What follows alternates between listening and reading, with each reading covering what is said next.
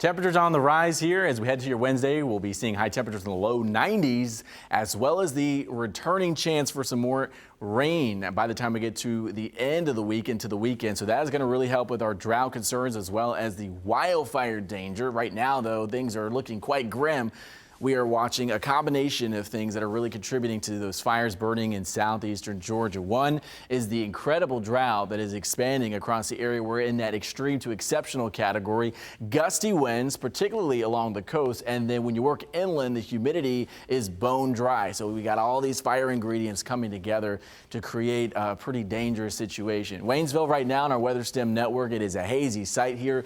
The picture not quite as dramatic as what it has been the past couple of days, but it is still kind of smoldering out there. We've got air quality concerns as well. We've improved the air quality since the last time we spoke with you. 84 right now in Nahunta at the site there, so still moderate. So people with respiratory issues will be especially susceptible to the pollutants in the air. But the good news is we're gradually starting to improve in that department. Very high fire danger Wednesday, and then into Thursday, Friday, and Saturday, and Sunday, it does start to taper off as we'll be watching our next shot of very beneficial rainfall. That is going to help with the drought as well, as we are continuing to run extreme to exceptional categories of drought area-wide. That is level 4 out of 5 to 5 out of 5.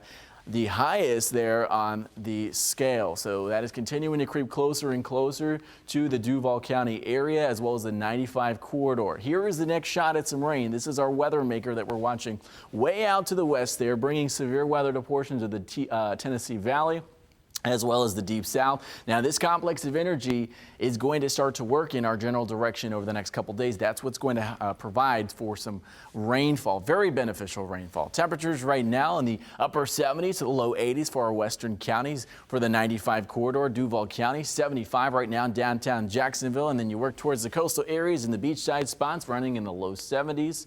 This evening with some of that sea breeze that is now kind of pushed inland and cooled off our coastal areas. Low temperatures tonight, generally in the low 60s area-wide. We'll keep a handful of clouds around, maybe even some smoke as well for our southeastern Georgia counties.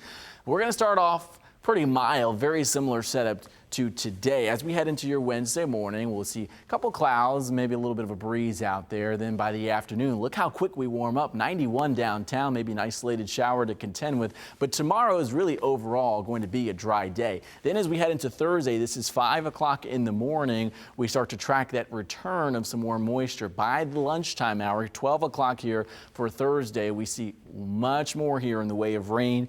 A good soaking downpour. It could even pick up 1 to 2 inches where some of the heavier rainfall sets up.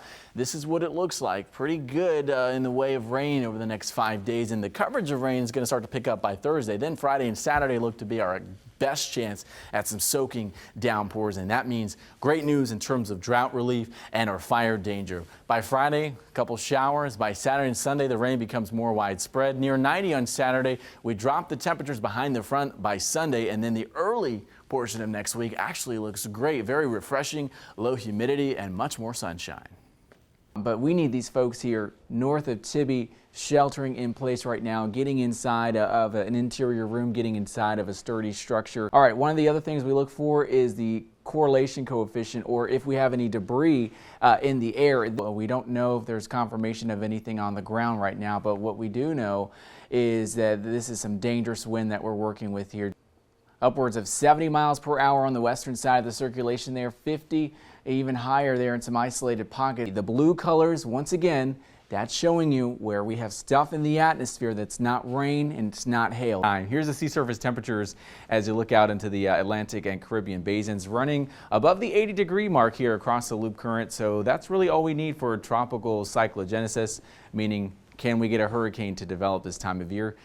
80 degrees tends to be the magic number, so we're definitely running above that. And as we could have a broad area of low pressure trying to form here, but the bottom line is the National Hurricane Center does not anticipate much development with this feature.